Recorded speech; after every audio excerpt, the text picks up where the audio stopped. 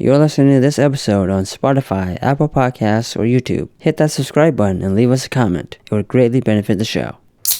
Hello and welcome to Movie Bidders with the Farx brothers. I'm Kirk. And I'm Kyle. And we're joined by MovieManT. Hello. And the sidelines a little bit, Mrs. Farx. I'm here for no reason today. You take the pictures, dear. You are a very important part of the whole process. Like the least important part, I would argue. No, I would argue it's one of the most important parts. The most visual part of the whole. Mrs. Farx is here because the Farxlings got dropped off today. This is going to come out very separate from when this occurs, so I'm not worried about saying this. So we dropped the Farxlings off with my adopted parents. Because Kirk and I are brothers, obviously. We're upper Midwest filmmakers, and this is a bait show, not a review show.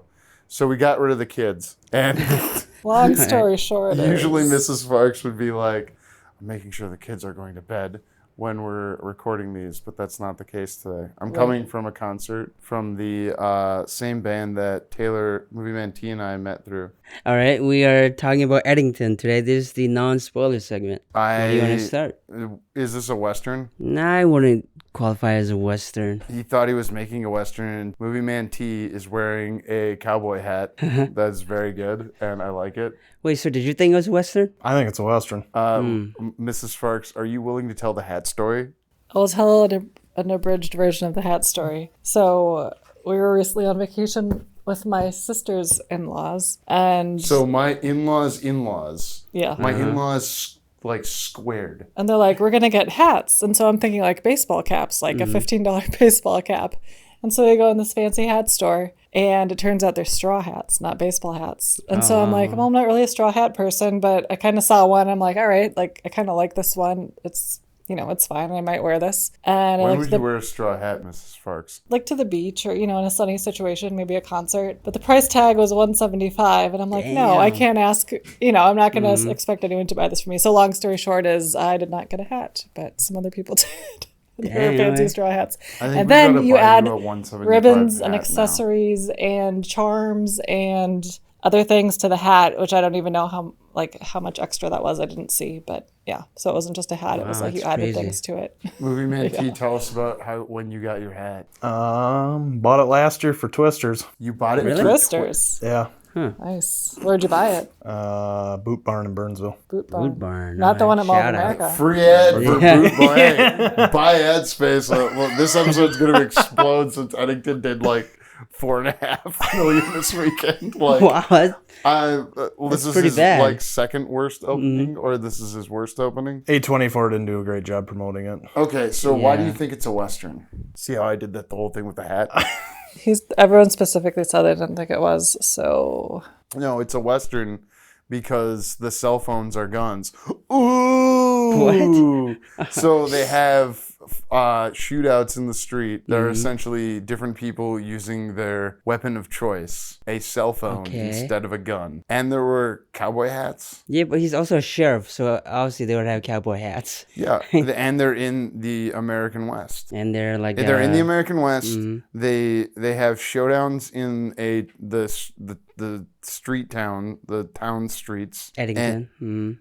Eddington. And Eddington is Cowpoke Junction or whatever that Clint Eastwood is off, with a nun who is actually a prostitute and undercover. That is actually the plot of Two Mules for Sister Sarah. And that's a Western from the 70s. I've never seen it. That's right. I've seen it. We put it on in front of the kids because it's it's from 50 years ago. How inappropriate could it be? And there's honestly, these movies would be so boring to children. I can't imagine. Anything? Yeah, I feel it's pretty boring. Oh, I was referring to Clint Eastwood's movie, but also, so wait, you thought this movie? So you're not even on the page of can we debate if it's a Western? I don't think it's a Western. You think it's boring.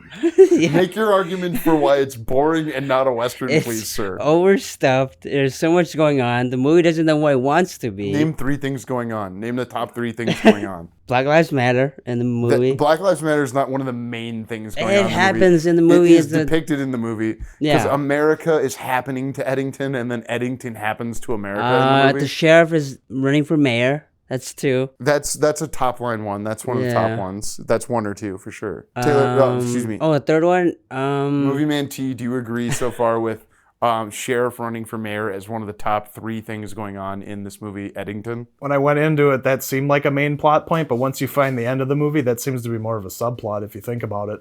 Okay, what's something... Oh, sorry. Well, I don't want to spoil the ending, I guess, in this part, so the ending would be... The main plot ends up being the ending. There is a twist to the movie overall, sure. But yes, I agree it is technically a main plot, but once you see the movie. Sure, but Black Lives Matter is like it's a decoration as part of an overall plot. I understand kind of what you're saying. You should restate that less specifically would be my argument against saying that's one of the top 3 things. And like already we're talking about very complex ideas in an original movie made for adults, made by an original writer-director who we've all liked at least 2 of his past 3 movies. Kirk really hated Beau's Afraid. Yeah. Hated it. I was laughing my ass off the whole way through, and Kirk is just getting more and more mad. It's just one long dick joke. It's just one long dick joke. I'm upset I wasn't there for this. That's what my wife said. Yeah. It's one long dick joke. Mrs. Farx shook her head no. I said I did not say that. Okay, Mrs. Farx.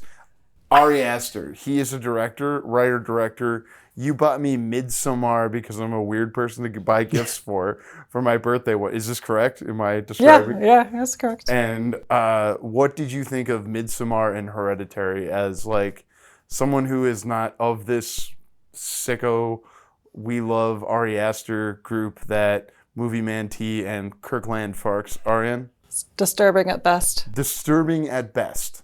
So if someone were seeking a disturbing time in the cinema, you would say Hereditary and Midsommar. Yeah, I would say that. Do you find them to be crafted in an interesting or maybe well-constructed way? Yes. Yeah, because they're not quite horror, and like there's a story that you can follow that's not specifically scary or weird, but it's going to get there for sure. What's a Western to you, Mrs. Farx? Shoot 'em ups. Shoot 'em ups? Cowboys and Cops? cops. Like sheriffs? Sure, yeah, sheriffs and cowboys. Is Sicario a Western? And maybe Consider that Western? I think you're starting to think in the neo-noir Western Kyle form. would say, yeah. You would. Mrs. Farx. I wouldn't say that, but you would. You would say Sicario's not a Western, but you would say Not in the traditional sense. But it is a neo-noir Western. A neo-noir, yeah. Yeah, there's shoot-ups, there's police people. Cowboy hats.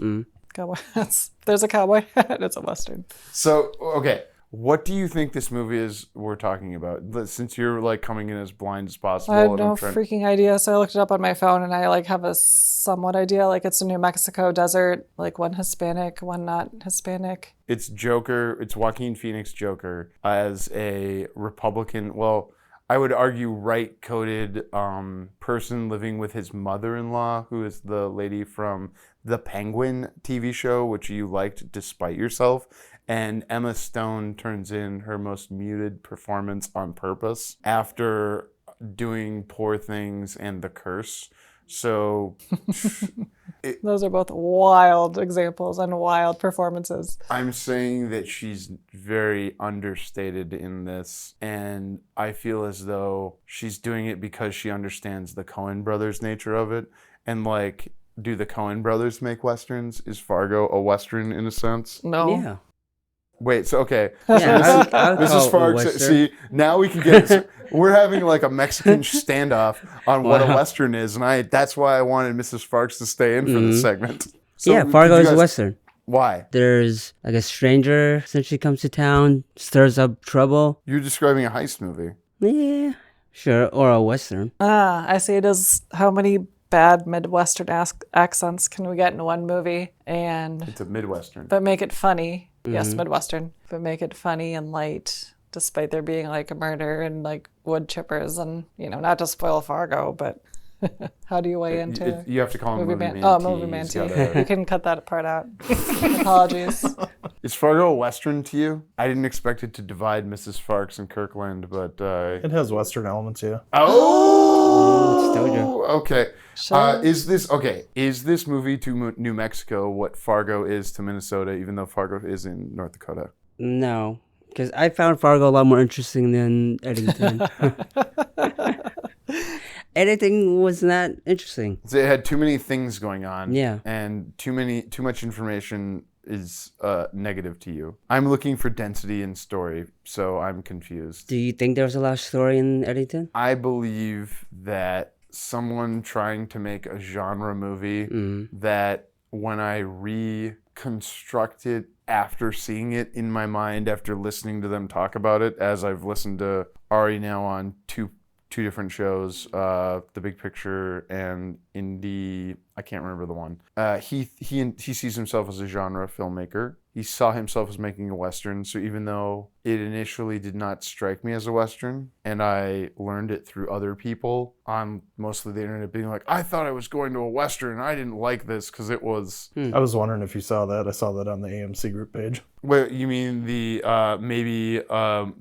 we don't give free ads for big companies that but yeah, that's where I saw that, and I hadn't considered it being a Western, even knowing what it was going into it, having watched one trailer and knowing a general idea, and I knew about the shift coming in the movie, which we haven't talked about, and I think we're doing a good job halfway into, a third of the way into the non-spoilers section. Why was it boring, Kirkland? Overstuffed, but I feel as though I would prefer that to a dearth of information, so... Not a lot happens. What? Yeah, not a lot happens. No, that is objectively not the case.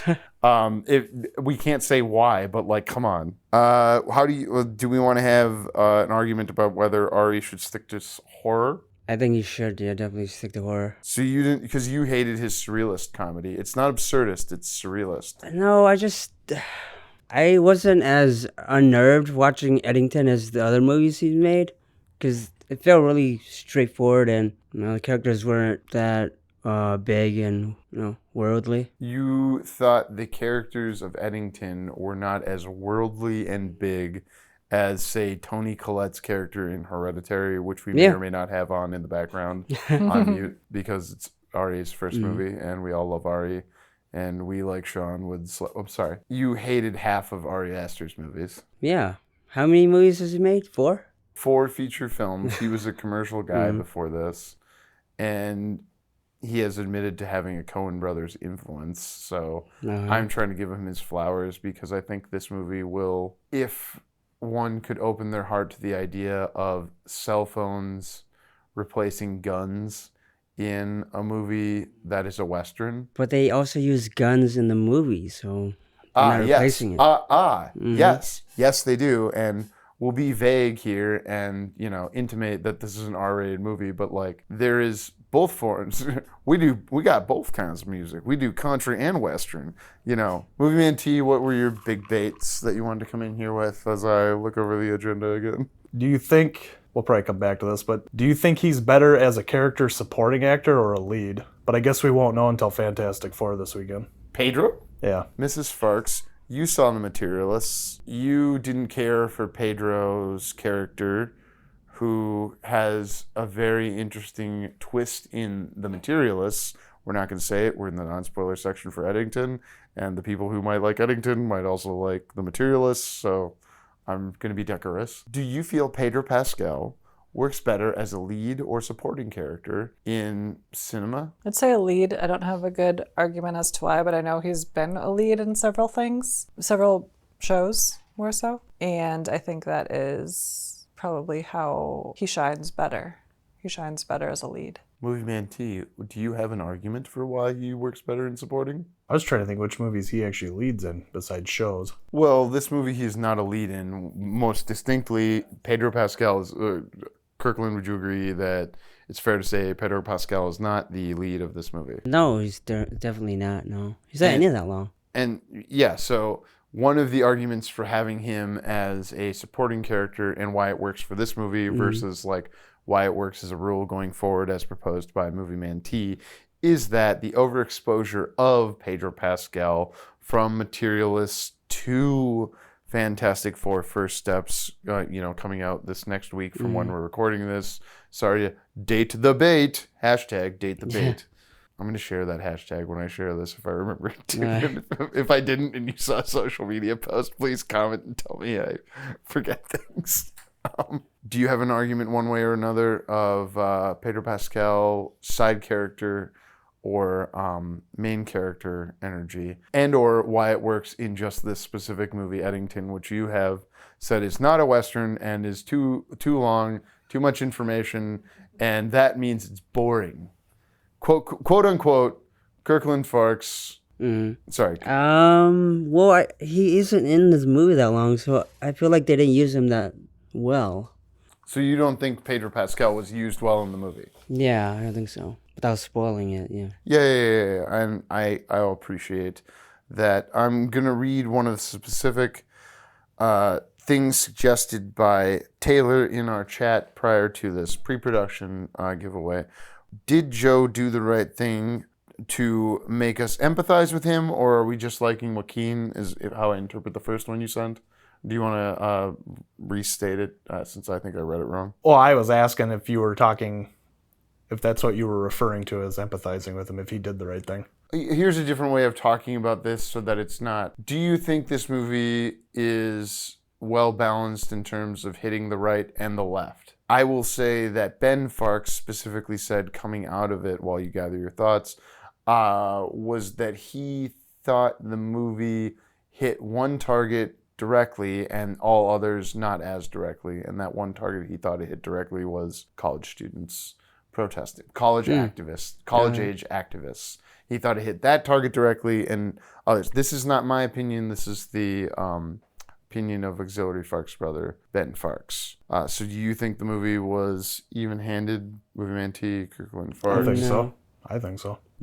You don't think it was Kirkland, and you do MovieManT. So let's get the argument in the positive. MovieManT, why do you feel it was... how would you define the sides, and then why do you feel it was even to both? And then we'll move over to Kirkland. The more defining sides, I guess, would be the right and the left, right? In an American sense of right and left, I think you mean? Yeah. Like Democrat and Republican. Yeah. One could assume the mayor is a Democrat. One could assume that Joe, the sheriff who ends up running for mayor, has voted for Republicans in his voting history. Kirkland, I'm going to keep saying Kirkland because of Landman. It's fun for me. Do you feel that you could agree to that one is coded as being Democrat and one is coded as being Republican? Yeah, for sure. I agree with that. Oh, okay, cool. So we're kind of calling that the sides in a small New Mexico town? Yeah. MovieManT, why do you feel it was fair to small-town Democrats and small-town Republicans? Is that possible to talk about without spoilers? No, I would say in the general sense, you could say that... The left side you could kind of say because you already know what you're expecting with the protesting and all that. Sure, so like you get a hit there, and one would say the conclusion, and this might be a spoiler to say that the criticism of the right side of the aisle is a spoiler for the end of the movie. I would argue, though, that it's kind of like people talking about the first half hour of The Apprentice, that you would ever empathize with the character, 1970s Donald Trump, in a movie before he's been corrupted by Roy Cohn. 50 years later, we're experiencing that corruption. One could understand how collecting money and having hot water thrown at you would not be the most fun way to spend your day. Not that that makes it anything that you do wrong in the future okay. But we empathize with Joaquin Phoenix's character, who, again, we've all agreed is right-coded because he's a small-town sheriff who... Ari Aster movies deal with family. There's a family connection to the law enforcement. I'll pivot wildly since we can't talk about the partisan divide. The racial element...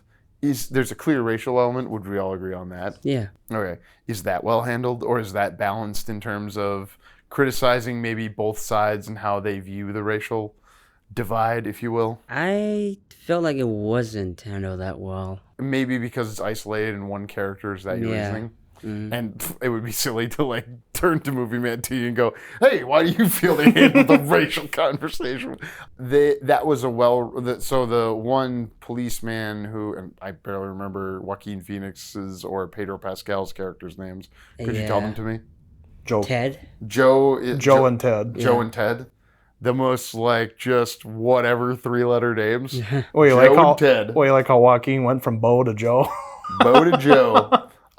See, that's why you're the MovieManT, is because you catch the Bo to Jonas of an Ari Aster, hey, let's go from grieving women to emasculated men who...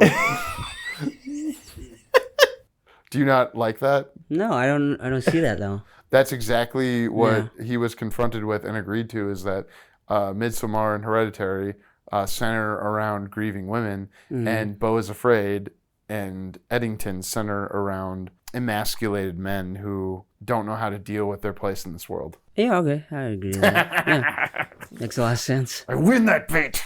Did you at least enjoy watching this movie as an intellectual exercise? I liked watching it. I like Joaquin Phoenix and Pedro Pascal. I liked everybody in it. Would you say they had like a standoff several times and like a duel, but it was in the modern sense? Like you wouldn't draw pistols on people in 2020 when this movie clearly takes place. Yeah, I thought so. There are a few confrontations. The intention of the writer-director Ari Aster was not to make a one-sided screed. So would you argue that, how would you argue that he's wrong? Since you're the one making Joe the wrong? argument. He argues that he is not trying to make a one-sided screed. Like clearly he would be blue-coded, not red-coded. And so he thought, how do I represent empathetically both sides and the fear that both sides are experiencing? He said he wrote this movie from a place of fear, not a place of knowing and like condescending. Some people didn't like A Newsroom from Aaron Sorkin because he wrote about things that happened like 16 months ago, and then he'd had 16 months to go, well, that shouldn't have been what you did, and they didn't like the most, a recent criticism of things with a political lens. Well, I would say if you wanted it to be more balanced, you should have had Pedro Pascal be in it a lot longer. I think we don't get enough of his side of the story. I mean, so he's running from there's here. too much in this movie, but not enough of something you wanted. Yeah, sure. Wow. Your Coen brothers influence thoughts. Do you have a pro negative on that? I'm pro on it. I love this movie. You love this movie? Yeah. Say 5 reasons why you love this movie is in the most shined up, quips you can, please. I found it exhilarating. It's funny. It's intense. I agree with all these. Do you agree 3 out of 5 so far? Yeah, sure. You lose. Some great acting. Okay, wait, let's check in with Kirkland. Since he's in the negative. Wow. Are you... Yeah, the acting, I didn't have a complaint about the acting. It was the It's fifth overall thing. everything pretty much. That was 4. Do you have a 5th one? Reach for a 5th. I know what I'm doing. The score. I've listened to it twice already. You've listened to it. How do you listen? Do you listen to it on the green The green device, yeah. the green app? You know which one I'm talking about. Yeah. Oh, yeah. There's the red one that plays videos. There's the green one that you can turn off your mobile device and still listen to it, but some of them have videos on the green device or the green app, excuse me. And then the one led by Tim Apple is purple. Tim Apple? That's what the president called him when he was 45 and not 47. Oh, okay. Do you think this movie touched on 45, 47, well, 45, now 47 in an appropriate way? Not enough, too little, too much? 45, 47? The president. He ain't mentioned it all, is he? I don't think I he don't is. think he is. You No. see Tucker Carlson on a screen once, Yeah. trigger warning for people who would have Fucker Tarleson as a, they go like, I don't care. I don't think he'd have a problem with that joke. Did it give you enough of the right, Kirk, since you probably... Yeah, I think there's a lot of right stuff in there, though. Do you think it was too much of an argument for the right, like made them too sympathetic? Yeah, probably. Yeah. How so? I mean, kind of spoils the movie. I mean, look what happens to Joaquin Phoenix's character. That's one person, though. Are there other right-coded people besides Joe? Maybe, yeah, his subordinates, the people who work for him. And they're not portrayed in the best way. Yeah, I of course not, I don't think it's a spoiler, and it's pretty obvious. And I don't know, like, did the smartest people from your high school go to become police officers? No offense, but Wow. what? No. It's a small town. No, well, yeah, that's the other thing. And in a bigger city, God bless all those folks and the ones in small towns, but they're not. This is not an advertisement for being a police officer. I wouldn't argue. And they make it a family business in this. That's kind of a spoiler. Oh, because the father-in-law was the cop or the sheriff beforehand? Yes. Mrs. Farx, is how this movie has been discussed appealing or less appealing for this movie for you? Appealing. Actually, I'm very curious about it based on the conversation. Whoa, why? Because of, I guess the left and the right part is interesting. I just have a lot of like pieces to kind of put together to figure out what the movie is actually about because I have no idea. The writer-director is from New Mexico, and he was not trying to insult people from New Mexico. The character who Joaquin Phoenix's person is based on is a real person that he met and dressed the way that Joaquin Phoenix dresses. And one could argue he wouldn't want that to be known about him. The director has specifically been saying, I'm not going to say who this guy is, but we wanted Joaquin to focus in on something very specific. I'd be slightly concerned going into it knowing that Kirk thought it was boring. Yeah. Yeah. It's over 2 hours. Yeah, I don't like And MovieManT came from a 2-hour movie that you have also seen. And he... like back to back? Well, no. He's already seen Eddington, but he was going to see Superman in IMAX 3D because it only shows at a certain time. And that's why we're doing it at this time on this day. And was it worth it in IMAX 3D? Let's not say what movie it is, just to be cheeky. Did you just You already say did. Yeah, you already Say did. it. You said Superman, yeah. Oh, shoot. Damn. I thought it was fun in 3D.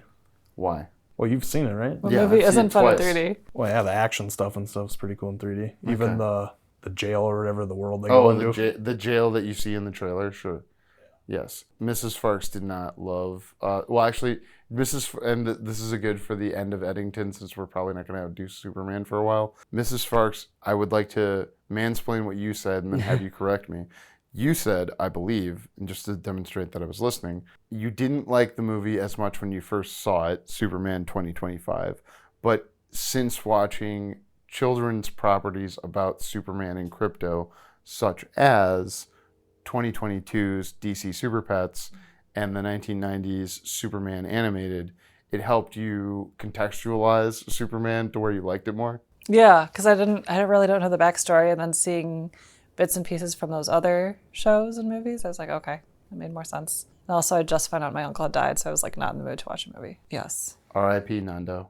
We love you. So that's my argument for why I've liked Eddington more than than you did, is Wow. because I heard things like it's a Western, and it made me reconsider it and go, this is a good movie with substance that I care about.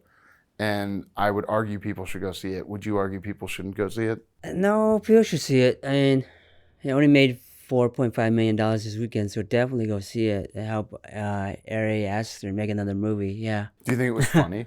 Like, if Yeah, you went laughed a in few knowing times. it was funny, would you laugh? Like, if you had seen it with a packed audience who was all like, I'm very savvy and laughing at all the film jokes here. No, I thought the audience I went and saw it was really good. They were really into the movie. Was the biggest laugh when the biggest laugh was? When someone says the F word, fuck, and the R word that I'm not going to say.